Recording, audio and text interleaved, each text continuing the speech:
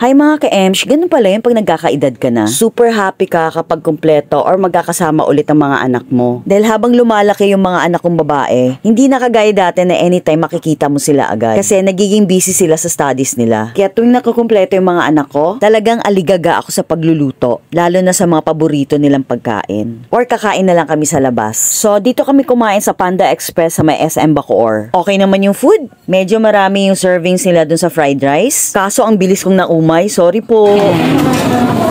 Ano yung isa? Ano yung pagkukulang natin? Ano yung isa? Po, wok seared. Wok seared.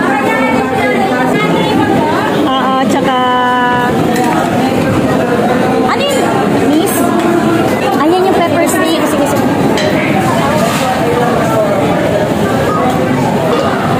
Tapos isang ano daw, egg drop. May iniiyak ng kapatid mo. Egg drop daw.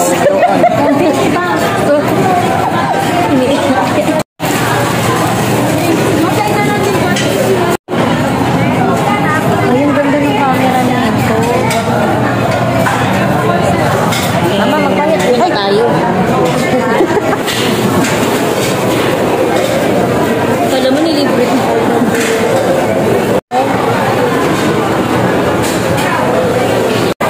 Tanggalin nyo na. Yes. Kumain na. Oh, ito, white chicken. Ito yung may Sige, kain lang kayo. Thank you, mama. Makita ko lang kayong busog. Busog na rin ako.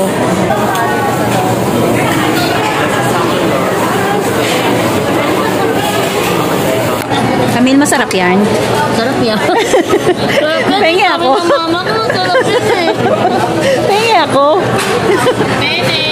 Hindi nila kinaya yung dami ng servings, kaya tinake out na lang namin yung tira.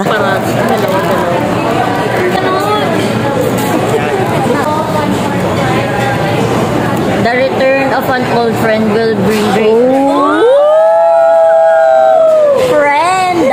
Ito na yun! Friend! Sandali nga pa frame.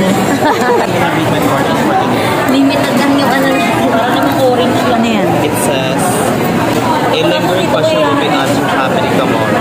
Sana makita. Ito sa akin, durog na to eh.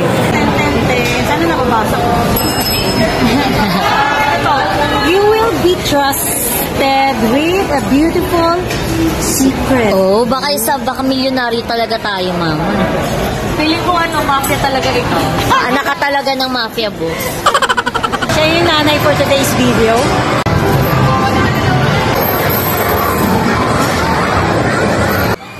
Bombastic side-eye.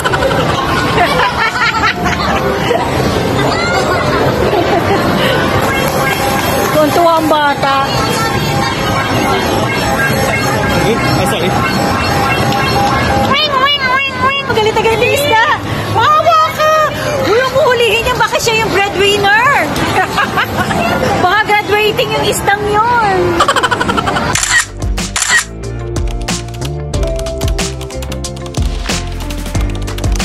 Kung nagustuhan nyo ang video na to, please like, follow, and share. Thank you!